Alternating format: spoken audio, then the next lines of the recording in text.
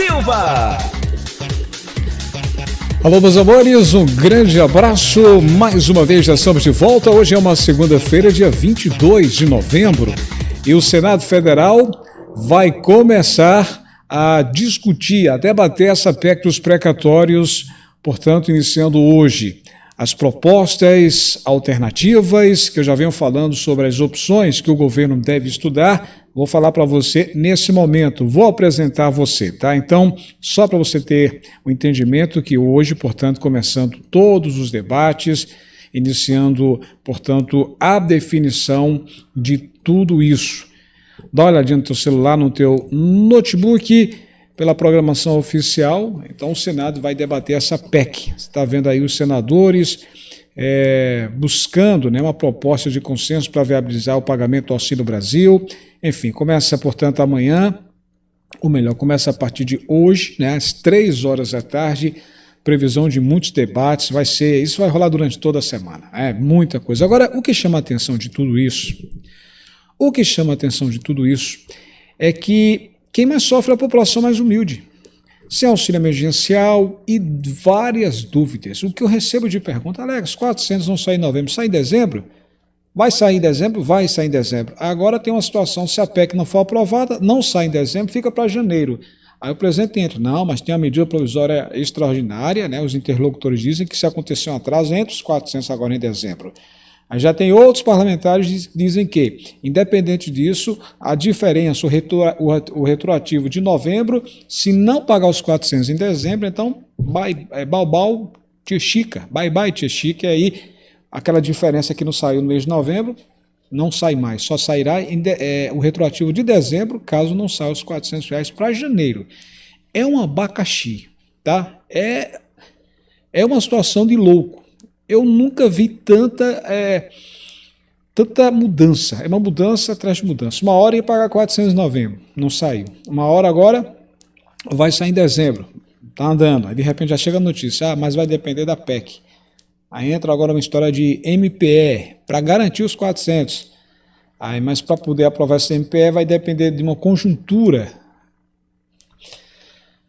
A população mais vulnerável é a que mais sofre nessa indefinição.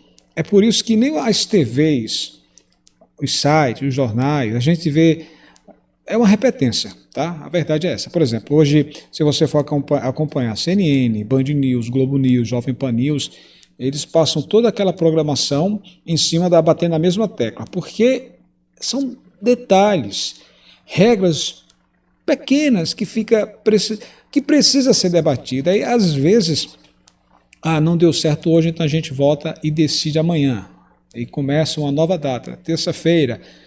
Não deu certo, vamos deixar para quarta-feira. Aí tome, mas... E o governo está preocupado porque não tem mais tempo. O problema todo, se fosse no início do ano, tudo bem. Só que a gente está no final do ano. E a partir de janeiro de 2022 não pode mais aprovar nada. Não pode aumentar o salário de servidor, dar reajuste para... seja qual for a categoria, se for para aprovar esses 400, tem que ser feito isso agora. Se for para prorrogar o auxílio emergencial, tem que fazer isso agora. É um show de indefinições. Isso, só quem perde é a população mais humilde, porque fica, igual um cego no tiroteio, não sabe. É difícil. Uma coisa que eu sei é, desigualdade diminui a custa da perda de renda na pandemia. Os dados que foram anunciados pelo IBGE comprovam isso que eu já venho falando há um bom tempo. É o seguinte, a pandemia exterminou empregos, tirou o emprego de muitos pais e mães de família. Só para você ter ideia, 8,1 milhões de brasileiros, mais de 8 milhões de brasileiros perderam a renda proveniente do mercado de trabalho no saldo final do ano passado, 2020. Mas o auxílio emergencial chegou para ajudar, evitou uma piora da desigualdade no país ao elevar o rendimento médio dos brasileiros mais vulneráveis. Uma pesquisa que foi anunciada pelo IBGE agora, final de semana, dia 19 de novembro. Mesmo com a ligeira melhora na distribuição de renda, a metade mais pobre da população sobrevivia com apenas R$ 453 em média mensal por pessoa no ano passado. Equivale a uma família formada por um casal e 2 filhos que sobrevive com R$ 1.800 por mês. São cerca de 105 milhões de brasileiros, mas quase a metade. São 105 milhões de brasileiros vivendo com apenas R$ 15,10 por pessoa por dia, segundo os dados do PNAD, aliás, do PNAD contínua, rendimento de todas as fontes. O quadro permaneceu mais grave no Norte e no Nordeste, mesmo com o alcance do auxílio emergencial pago pelo governo como forma de diminuir a crise causada pela Covid-19. Os 50% mais pobres do Nordeste sobreviviam com R$ 10 diários por pessoa. No Norte, o valor ficou em R$ 10,83 por pessoa. O rendimento médio mensal real domiciliar por pessoa com desemprego foi de R$ 1.349 no ano passado, uma queda de 4,3% em relação aos R$ 1.410 estimados em 2019. O auxílio emergencial permitiu, pelo menos temporariamente, que a renda média per capita recebida pela metade mais pobre da população brasileira crescesse 3,9% em relação a 2019. No topo da pirâmide, num 1% mais rico, houve perda de 9,4% em 2020 e ante 2019. Alex, e que arrudeio é esse? Só para dizer a você que o auxílio emergencial, o governo tem que entender que foi um tiro no pé quando parou em janeiro, fevereiro e março. Só voltou em abril desse ano. Está sendo um tiro no pé não ter pago agora em novembro. Isso vai custar muito caro. Estou tentando explicar a você que aquela luzinha de esperança que está lá, está já se apagando no finalzinho do túnel, ela começa a aquecer um pouquinho mais, porque vem a ideia agora de Natal, de fim de ano, de fechar o ano com chave de ouro e dar uma prorrogação para quem ficou de fora do Auxílio Brasil. Aqueles que vinham recebendo auxílio emergencial, mais ou menos 25 milhões de pessoas. Está pegando corpo, pegando massa a ideia. Plano A, o governo tenta apostar na aprovação da PEC dos precatórios. Plano B, prorrogação para dezembro. 25 milhões de pessoas serão privilegiadas. Está pegando corpo. E tudo isso só faz uma lembrança agora. O Senado. O que é que o Senado está fazendo nesse momento?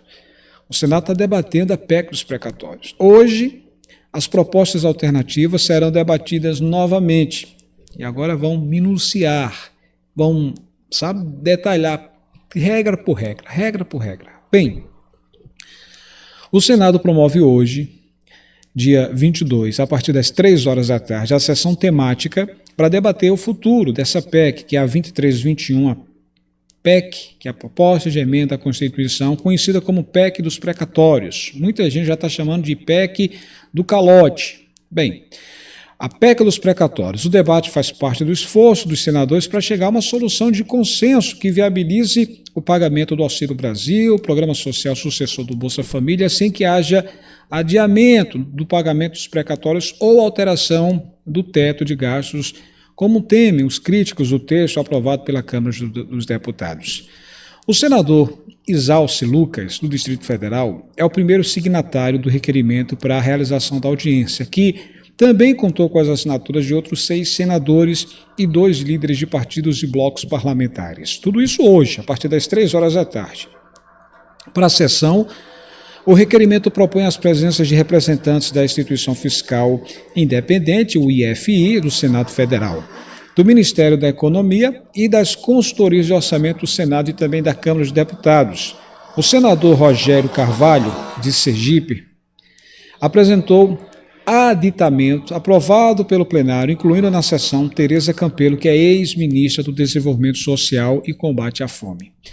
Nos últimos dias, o líder do governo no Senado, Fernando Bezerra, está tendo uma dor de cabeça enorme para tentar solucionar e não está conseguindo porque precisa de consenso, precisa de opinião do presidente, do presidente do Senado, o Rodrigo Pacheco, do presidente da Câmara, o Arthur Lira, os ministros Paulo Guedes, da Economia, do João Roma, da Cidadania, enfim.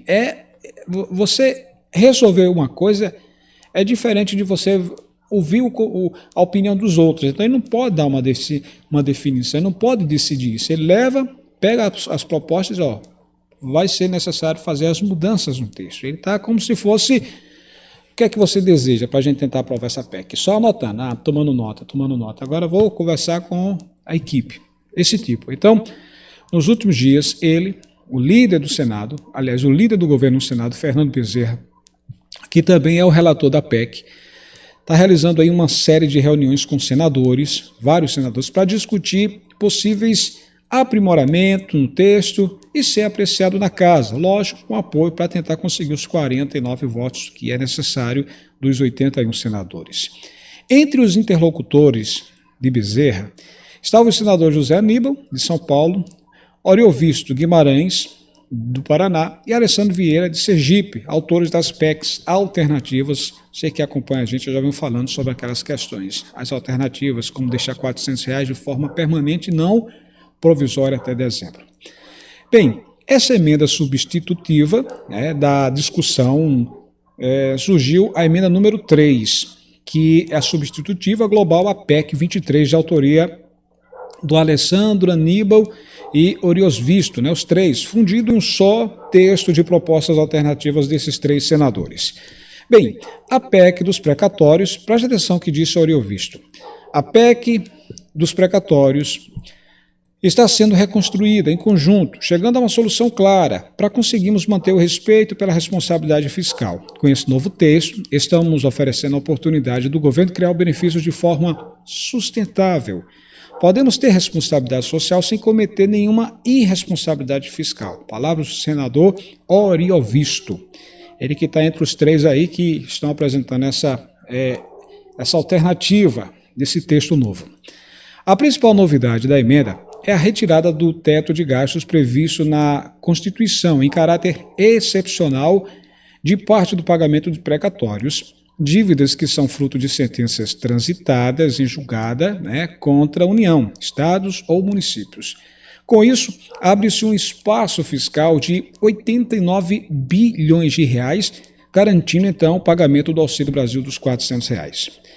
Aí vem, com a mudança, segundo os autores da emenda substitutiva, aí chama a atenção sua, garante-se um auxílio de R$400 mensais para 17 até 21 milhões de brasileiros, sem que seja adiado o pagamento de qualquer precatório previsto para 2022. Ou seja, começaria com 17 milhões em dezembro agora, e aí a tendência é aumentar o número, chegar aí em torno de 21 milhões de brasileiros beneficiados. A proposta, que é a substitutiva, garante o pagamento total dos precatórios previstos para 2022 e não altera a regra do teto de gastos, comemorou José Aníbal. O texto também veda as chamadas emendas de relator. É um nome que é dado às emendas parlamentares que não explicam o senador ou deputado responsável por sua inclusão no orçamento.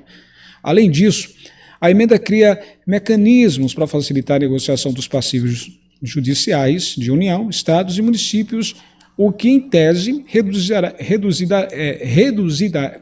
reduzirá no futuro o peso dos precatórios do orçamento da União.